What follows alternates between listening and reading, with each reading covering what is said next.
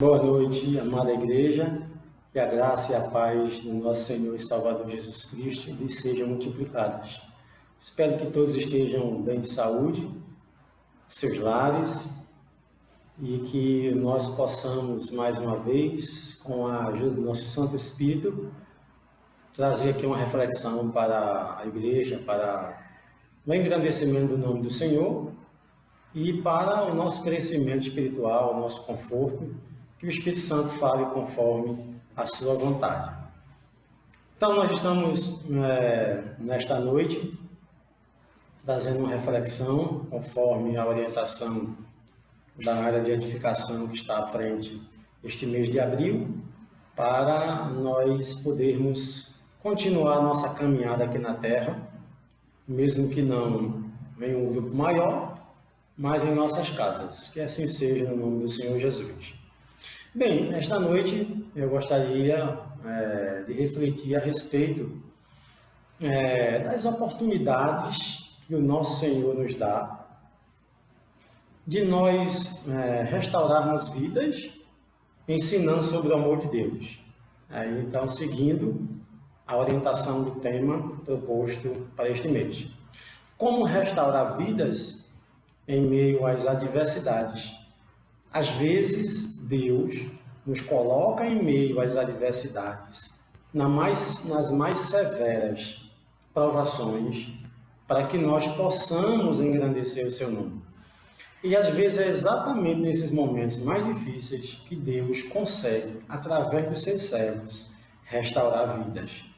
Nós tivemos ao longo da história da humanidade e do cristianismo muitos exemplos, muitos momentos difíceis em que a igreja não se omitiu, em que a igreja conseguiu, inclusive, superar as dificuldades e restaurar muitas vidas, ensinando sobre o amor de Deus através das boas obras, das ações, através das palavras de conforto, através das orações, das intercessões, e Deus conseguiu o seu intento, conseguiu aquilo que Ele queria. Porque com Deus é assim, nós pensamos que o mundo e o inferno, as trevas e os inimigos do Evangelho estão atrapalhando os planos de Deus, mas o Senhor está usando exatamente, muitas vezes, as adversidades para fazer com que a igreja cresça e vidas sejam restauradas e o nome do Senhor seja engrandecido. Através das nossas vidas, nós podemos abençoar muitas outras vidas. Às vezes falta o abraço, às vezes falta o aperto de mão, a presença física, mas não falta o amor. Esse amor de Deus que restaura vidas. Como propõe o texto este mês, restaure vidas ensinando sobre o amor de Deus. Nós vamos hoje nos embrenhar, vamos entrar na história da igreja primitiva, no começo da igreja, através de um exemplo, de algumas igrejas, para podermos embasar o que nós acabamos de falar. Vamos então ler esta noite o texto que está proposto aí para a nossa reflexão, que foi colocado em nossos corações, que se encontra na segunda carta que Paulo escreveu aos Coríntios. Então, segunda carta aos Coríntios, no capítulo 8, e os versículos de 1 a 9. Então, 2 Coríntios, capítulo 8, e os versículos de 1 a 9. Diz assim o texto, na segunda carta de Paulo aos Coríntios, no capítulo 8, e os versículos de 1 a 9. Leiamos. Agora, irmãos, queremos que vocês tomem conhecimento da graça que Deus concedeu às igrejas da Macedônia. No meio da mais severa tribulação, a grande alegria e a extrema pobreza deles transbordaram em rica generosidade, pois dou testemunho de que eles deram tudo até além do que podiam. Por iniciativa própria, eles nos suplicaram insistentemente o privilégio de participar da assistência aos santos.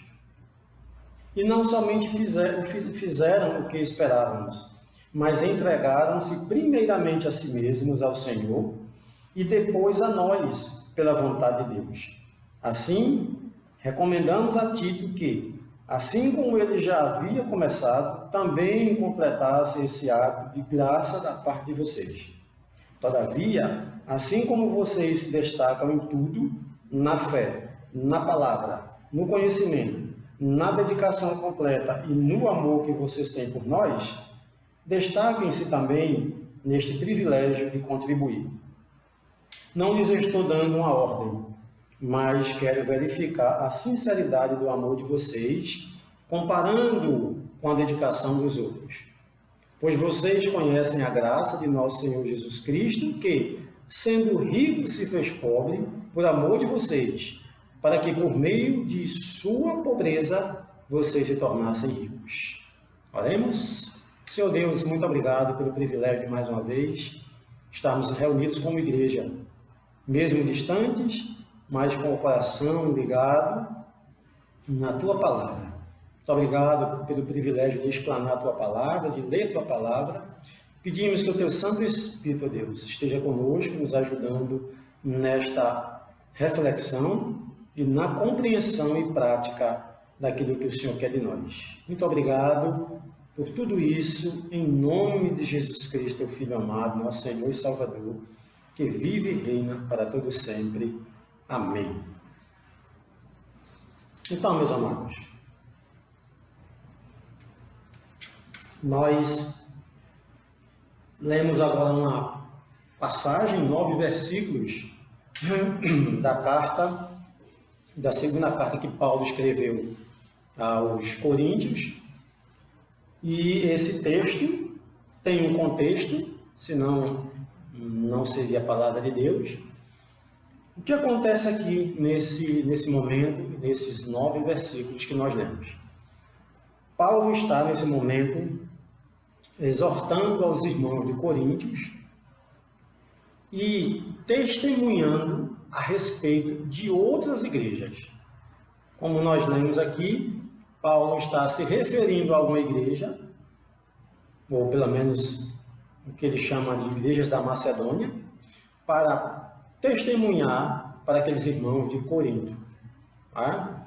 Então, Paulo fala das igrejas da Macedônia, ao que nós conhecemos, até onde conhecemos. As igrejas a que Paulo se refere são Filipos, Tessalônica e Bereia. Então, as igrejas conhecidas da Macedônia são essas 3. As cartas que Paulo escreveu aos Tessalonicenses, aos Filipenses, não tem nenhuma carta escrita diretamente aos bereanos, mas fazia parte também das igrejas da Macedônia. E o contexto aqui é uma exortação. Paulo está fazendo é uma exortação, como ele mesmo disse, não é uma obrigação, não é uma ordem, é uma exortação. Aqui os irmãos de Corinto agissem como os irmãos lá da Macedônia, as igrejas da Macedônia. Porque Paulo fala a respeito desses irmãos, dessas igrejas que estavam em extrema necessidade. E que eles mesmo assim estavam contribuindo voluntariamente, de coração, para uma outra igreja que estava em dificuldade. Então entendam, Paulo, falando aos coríntios, testemunha a esses coríntios a respeito das igrejas da Macedônia que estavam contribuindo voluntariamente para uma outra igreja que estava em necessidade. E essa igreja que estava em necessidade era a igreja de Jerusalém, a igreja da Judéia, como o texto vai falar em outros momentos. Os irmãos da Judéia, incluindo a igreja de Jerusalém, estavam em extrema necessidade. Por quê? Por conta das estiagens, das grandes estiagens que sempre assolaram aquela região de Canaã. Aí incluindo Judéia, incluindo Galileia e outras regiões ao redor.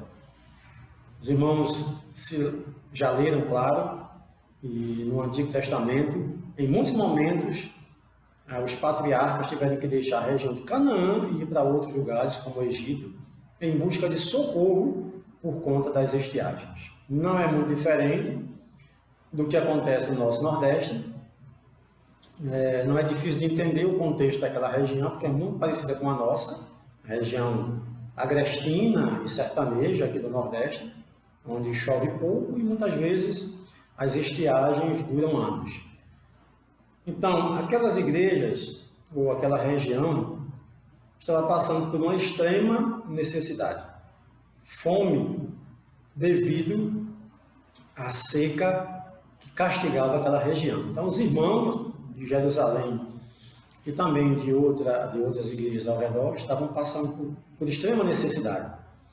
E Paulo, junto com os seus colaboradores, intenta fazer uma campanha para arrecadar donativos e levar para os irmãos empobrecidos da Judéia. Tá? Então, esse é o contexto dos 9 versículos que nós lemos.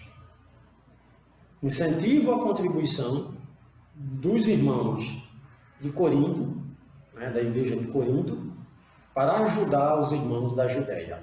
E aí Paulo aproveita e coloca como exemplo de contribuintes voluntários os irmãos das igrejas da Macedônia. Esse é o contexto que nós estamos lendo nesses 9 versículos que nós acabamos de ler.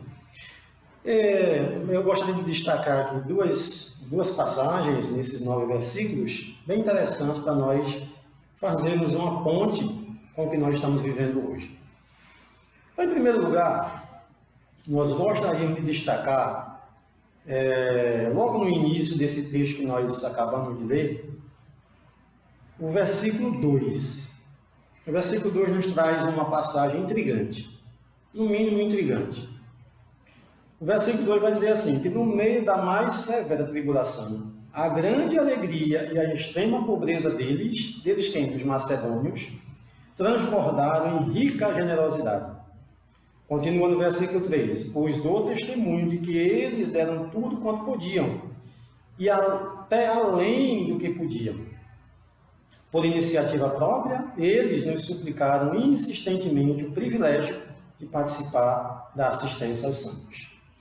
Então aqui nós vemos algumas, talvez até contradições, se olharmos pelo lado humano. Que contradição é essa? Eu destaquei aqui essas duas expressões. Os irmãos da Macedônia estavam em severa tribulação e também estavam em extrema pobreza. Olha só, não era uma tribulação qualquer.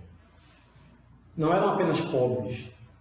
O texto de Paulo vai dizer que eles eram extremamente pobres. Estavam extremamente pobres. E que eles estavam em severa tribulação. Passavam por dificuldades, não só na questão financeira, mas também na questão espiritual, com certeza. Nas perseguições, talvez provenientes dos grupos dissidentes, dos grupos opositores ao cristianismo. Então, aquelas igrejas da Macedônia passavam por momentos difíceis. Não eram momentos qualquer. Paulo destaca muito bem isso. Severa tribulação e extrema pobreza. No entanto, Paulo faz aqui um paralelo, que é uma contraposição a alguém que está passando por esses momentos. Geralmente, quem está passando por severa tribulação e extrema pobreza, geralmente fica com o espírito abatido, triste e queixoso. Né? No entanto, o texto nos diz que aqueles irmãos estavam com grande alegria e que essa grande alegria transbordou em rica generosidade. Que coisa impressionante. Não é? Alguém que está passando por severa tribulação não era uma pessoa só, eram igrejas e ao mesmo tempo estavam alegres. E não era uma alegria qualquer, era uma grande alegria. Ao mesmo tempo estavam em extrema pobreza, eles também transbordaram em rica generosidade. Meu Deus do céu, Como é que é possível uma coisa dessas? Como é que é possível uma coisa dessa? Como é que é possível em momentos extremos como estes que os irmãos passavam da Macedônia, eles estavam alegres, vivendo uma grande alegria por poder contribuir, e essa grande alegria transbordou em rica generosidade, ao ponto de, como disse Paulo, eles contribuírem mais do que o que podiam. Como é que é possível isso? Alguém passar por esses momentos todos e ao mesmo tempo ainda ser generosamente rico em generosidade e ter uma grande alegria. Como é que é possível isso? Lendo o nosso texto aqui, a resposta se encontra no versículo 5. No versículo 5, Paulo vai dizer: e não somente fizeram o que esperávamos, mas entregaram-se primeiramente a si mesmos ao Senhor e depois a nós, pela vontade de Deus. Aí é que está a resposta para a nossa indagação neste texto que nós lemos. Como é que é possível alguém passar por tudo isso e aí mesmo assim estar alegre e ser rico generosamente? É porque aqueles irmãos entregaram-se a Deus, entregaram-se primeiramente ao Senhor, entregaram-se a si mesmos, como diz Paulo, e aos irmãos, a Paulo e aos seus colaboradores, para que contribuíssem para os irmãos da Judéia. E o texto ainda vai dizer que tudo isso aconteceu pela vontade de Deus. É aí onde está a resposta. É aí onde está a resposta. A vontade de Deus fez com que aqueles irmãos, em meio a tanta tribulação e a aquela extrema pobreza que estavam vivendo, a vontade de Deus fez com que eles, do fundo do coração, se sentissem alegres em participar de uma coleta para ajudar uma região que estava, talvez, em situação pior do que eles. Mas o texto vai dizer, pela vontade de Deus. Esse é o segredo. Lembra que no começo da nossa reflexão eu falei que às vezes Deus promove ou permite que certas coisas aconteçam para dar oportunidade para que a igreja ou as igrejas, falando em igrejas locais, tenham o privilégio de contribuir com outros irmãos necessitados. E até aqueles que não são da mesma fé, não proferem a mesma fé, não praticam a mesma fé. Então, é esse o segredo, é essa a resposta à nossa pergunta. Eles se entregaram primeiramente a si mesmos, ao Senhor, depois aos irmãos, a Paulo e aos seus colaboradores, para contribuir pela vontade de Deus. Foi a vontade de Deus que fez com que aquelas pessoas tivessem os seus corações transbordando de alegria em poder contribuir com aqueles irmãos da Judéia. Um outro destaque que eu faço aqui, para nós fecharmos a nossa reflexão, se encontra no versículo 9. O versículo 9 traz outra boa reflexão a respeito do momento em que aquela igreja estava passando e o exemplo que Paulo dá aqui nesse texto. Paulo vai dizer assim no versículo 9: pois vocês conhecem a graça do nosso Senhor Jesus Cristo, que sendo rico se fez pobre, por amor de vocês, para que por meio de sua pobreza vocês se tornassem ricos. Olha, trocando aqui em miúdos, a graça de Jesus, nosso Senhor, que sendo rico se fez pobre, no entanto, como pobre, deu muito mais à humanidade do que toda a riqueza do mundo poderia dar. Do que toda a riqueza do mundo poderia dar, para completar mais nosso pensamento. Então, a graça de Jesus, nosso Senhor, que sendo rico se fez pobre, no entanto, como pobre, deu muito mais à humanidade do que toda a riqueza do mundo, do que toda essa riqueza do mundo poderia dar. Ou seja, a vida eterna, que a riqueza do mundo toda não pode dar, além das curas e restaurações de vidas naquele tempo. Vamos lá, pensando no nosso Senhor Jesus Cristo como o simples carpinteiro. Saiu de uma região desprezada, pobre, seca, região de Nazaré. Vem para a região onde havia também extrema pobreza. E naquele ministério de 3 anos e meio, mais ou menos, aproximadamente, fez muito mais pela humanidade do que todas as riquezas, os ricos poderiam fazer. Jesus foi um exemplo de um pobre que fez mais pela humanidade do que todos os ricos juntos. E é o que Paulo está dizendo aqui, defendendo. Olha o exemplo do nosso Jesus Cristo, que sendo rico, se fez pobre, para que a pobreza de vocês se tornasse riqueza. Mas não é verdade. O que Jesus fez pela humanidade foi a maior riqueza que nós poderíamos herdar. A vida eterna, que nenhuma riqueza pode dar, e as curas que ele fez, que ele promoveu, as expulsões de demônios, quantas vidas o nosso Senhor Jesus não restaurou e devolveu aquelas pessoas para a sociedade, para as suas famílias, para que elas pudessem novamente ter suas vidas de volta, os seus trabalhos. Coxos, cegos, pessoas que estavam sofrendo com lepra, que matava naquela época, pessoas possessas por demônios, vivendo nos cemitérios, se cortando, amarrados por correntes, não só correntes físicas, mas correntes espirituais. Legiões de demônios atormentando aquelas pessoas dia e noite, fazendo com que suas cabeças vivessem em um mundo fechado, onde elas não entendiam o que estava acontecendo lá fora. Imagina só vários demônios possuindo um corpo só. Quanto barulho, quanta coisa, quanta confusão não causava. E a vergonha que fazia com que aquelas pessoas, diante da sociedade, fizessem, praticassem atos vergonhosos. Então, o Senhor Jesus, sendo pobre, ele deu muito mais à humanidade do que qualquer rico poderia dar. O exemplo que Paulo nos dá é muito, muito significativo para nós nos dias atuais. Por quê? Porque mesmo nós, passando por momentos difíceis, momentos que estamos passando, nós podemos sim restaurar vidas e ensinar sobre o amor de Deus aos que estão em situação pior do que a nossa. Claro que podemos. A história da humanidade não nos deixa essa dúvida. Nós passamos, os cristãos, ao longo de 2000 anos, por vários períodos tenebrosos. Períodos de perseguição.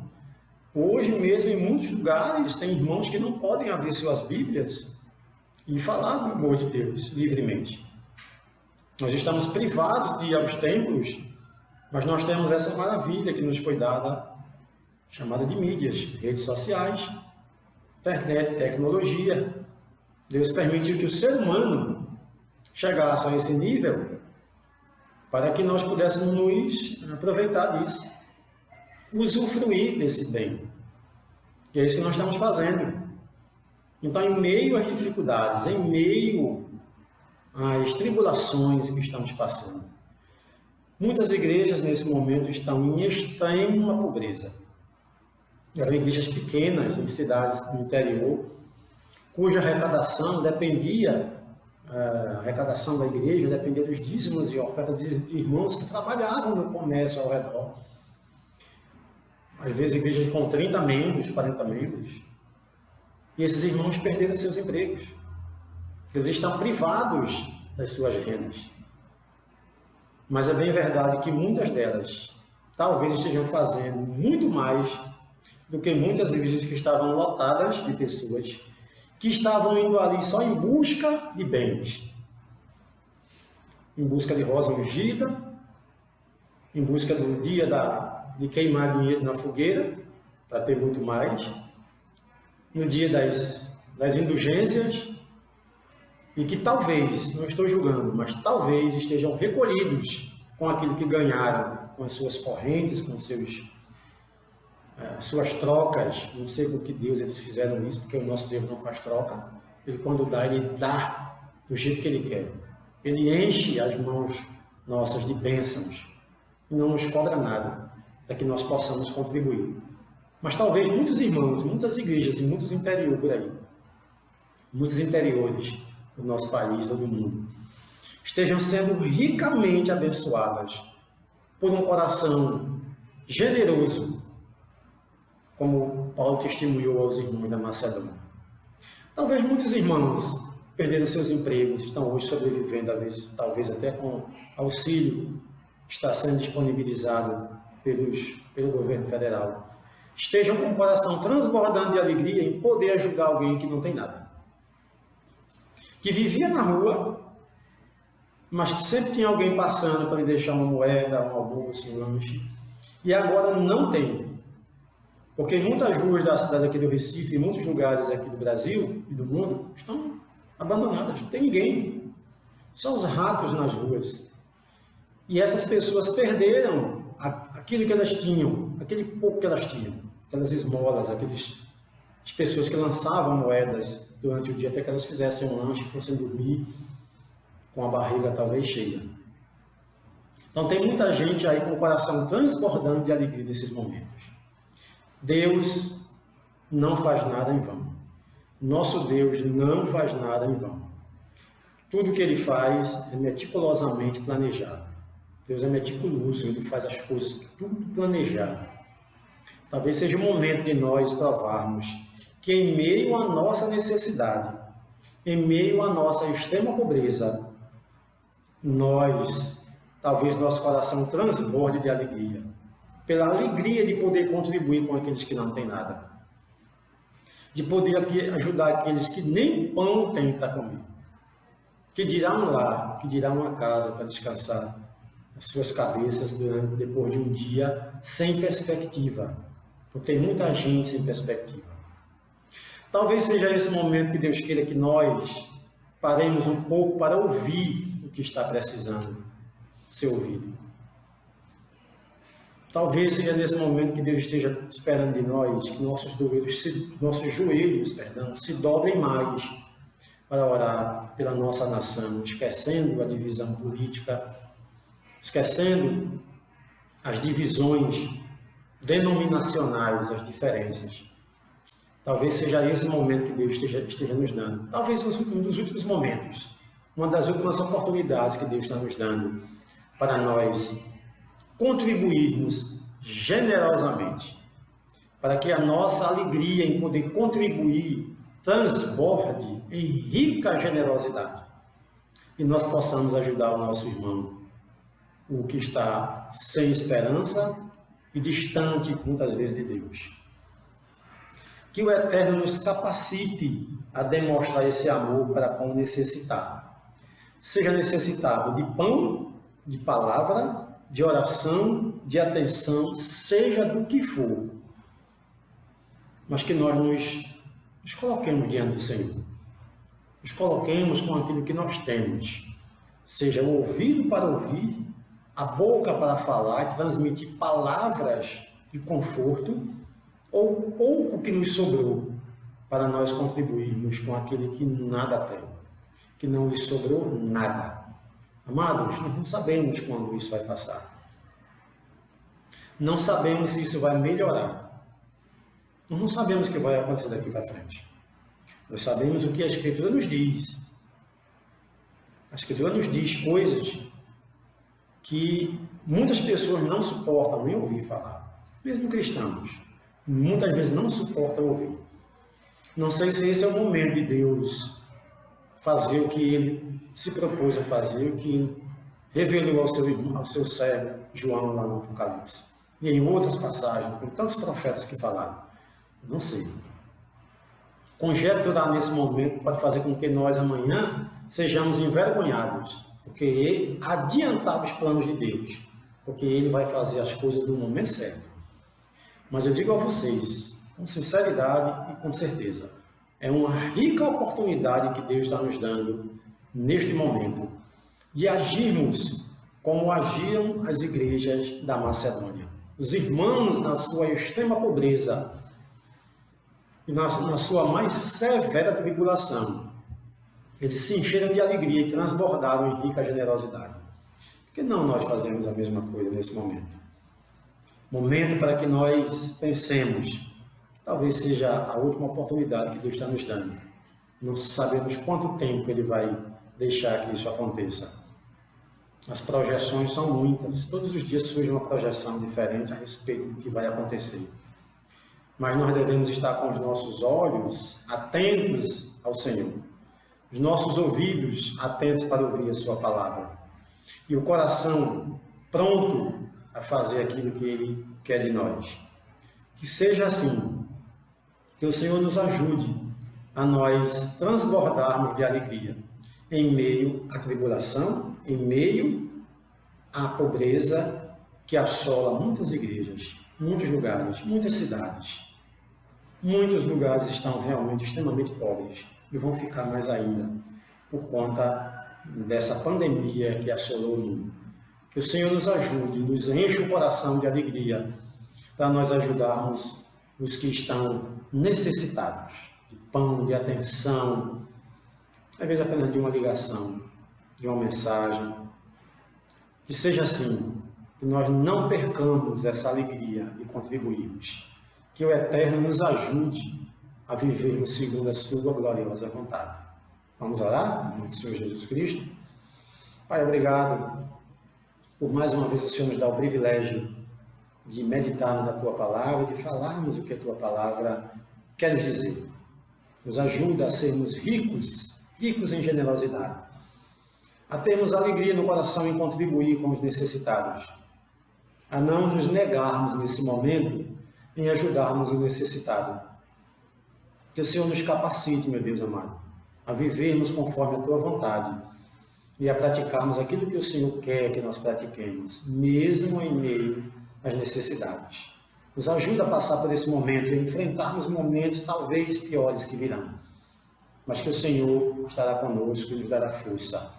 Basta nós confiarmos que o Senhor não vai nos deixar sozinhos nessa embarcação. O Senhor está conosco, mesmo em meio aos mares revoltos. Que seja assim, em nome de Jesus Cristo, que vive e reina para todo sempre. Amém. Um abraço a todos, uma boa noite, uma semana de paz, que o Senhor lhes conceda graça sobre graça e lhes transborde o coração de alegria. Que os irmãos sintam essa paz, a excelsa paz, a paz que só o Príncipe da Paz pode dar. Em nome de Jesus Cristo, amém.